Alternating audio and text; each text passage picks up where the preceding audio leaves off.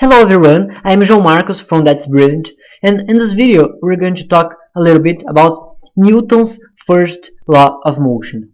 And we know there are three Newton's laws of motion, and they are together basically the basis of the classical mechanics, so they're very important. And in this video we are also going to talk about inertia and mass. They are both related to this concept. So just a thing. This law can also be called the law of inertia. It's very related one thing to another. So imagine a situation. You are in a car. You are moving in a straight line with a constant speed, and the driver just hits the brakes.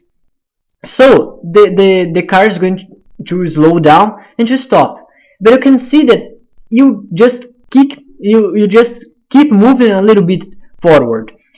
When the person hits the brakes, you still go a little bit forward. The car stops, but you just move a little bit forward, and this happens because of inertia. And just notice that in this video I'm not going to stick to referential frames and this stuff. Just imagine the referentials in an intuitive way. So let's read what the Newton's first law of motion basically says. So if you haven't already read it while I was speaking, let's read it. If you have, well, let's read it again. So it says basically that an object tends to remain in a state of rest or in a state of motion at a constant velocity while the net force acting upon it is equal to 0. And note some things here. I say net force. So you can have more than one force acting upon a body, but the net force is the vector sum of all those forces. So it's called the net force. And another thing, here I'm saying constant velocity.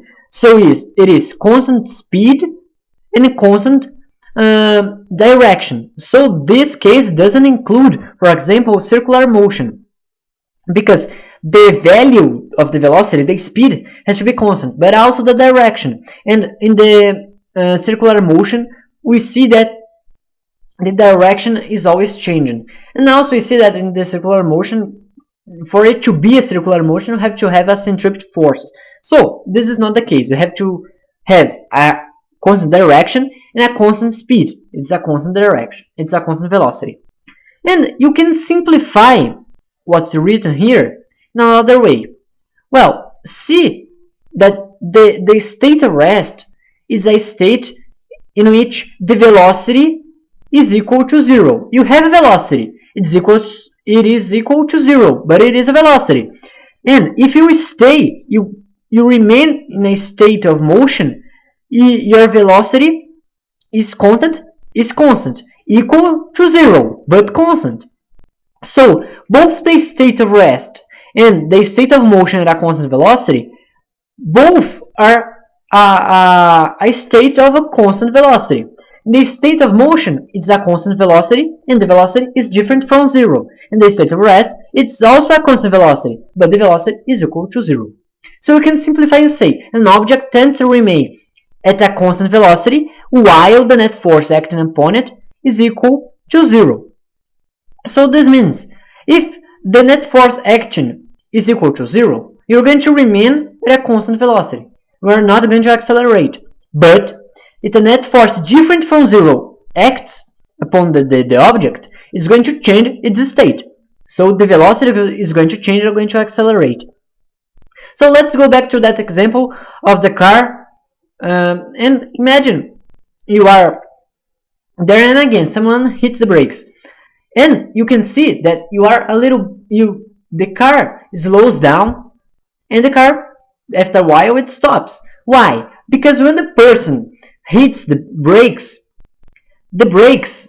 simply speaking, they stop the wheels and they stop the car. So a force acted upon the car, and the car accelerated, and the velocity it had goes to 0.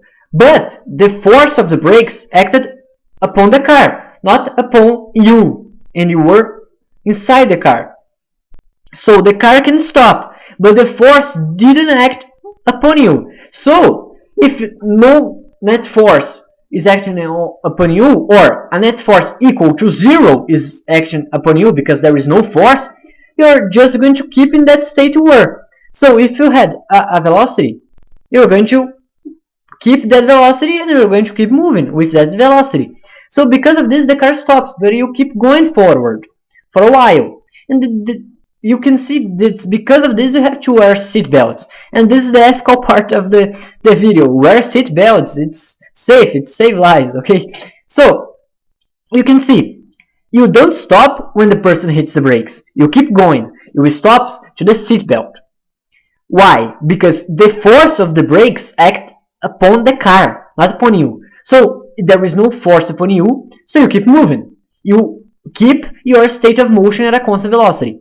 But when the seat belt holds you, there is a net force different from 0 acting upon you. So then you are going to change your state of motion, your velocity is going to change, and then you are going to stop. So if there is no force acting or net force equal to 0, you are going to keep your state. But if a net force different from 0 acts, your state is going to change. Your velocity is going to change. And we can see this is very related to Newton's second law of motion. I recommend you to see that video too. I'm going to put the link in the description to the video of the Newton's second law of motion. And we're going to see in that video that basically it says that forces cause acceleration. And this is basically what this law says too. Because if you have a net force different from 0, we have a force different from 0, a net force different from 0, you are going to change your state. You're going to change your velocity. So if you change your velocity, you are accelerating. If there is no net force or a net force equal to 0, you're going to keep your state. So the velocity isn't going to change, and you aren't going to accelerate. So it's very related. And why inertia? What's inertia? Inertia is just this tendency. Let me write something here. This inertia is the tendency. We see that an object tends to. So the inertia is just tendency. And we can see something. Imagine you have a tennis ball and you have a bowling ball. They are in scale, you can see that. But you know that the bowling ball is bigger than the tennis ball and is also much heavier. And imagine you have the tennis ball and the bowling ball, and you are going to kick each one of them. You kick the tennis ball and you kick the bowling ball. Well, you can easily imagine that when you kick the tennis ball, it's going to move. Okay, but when you kick the bowling ball, it can move, but just a little, and probably you're going to hurt your foot because it's very, very heavier, the bowling ball. But really, the explanation it's because the bowling ball it has more mass. And you can see, if you kick the tennis ball, it's going to move. You can kick it very far. But the bowling ball, it isn't going to move a lot and it's going to hurt you probably. So, it's more easier to accelerate, to change the state of the tennis ball than changing the state of the bowling ball. So you can say that this tendency of remaining that state is bigger with the bowling ball than with the tennis ball. So the tendency with the bowling ball, or the inertia of the bowling ball, is bigger than the inertia of the tennis ball. And how do we measure the inertia? Well, mass is just a way of measuring inertia. So what's mass? You can see mass like a quantity of matter, how much matter you have. But another way of seeing mass is let me write here. Mass. It's no, I'm not going to write, but mass is the quantitative measuring of inertia. And let me write quantitative measuring of inertia. So the mass indicates you the quantity of inertia.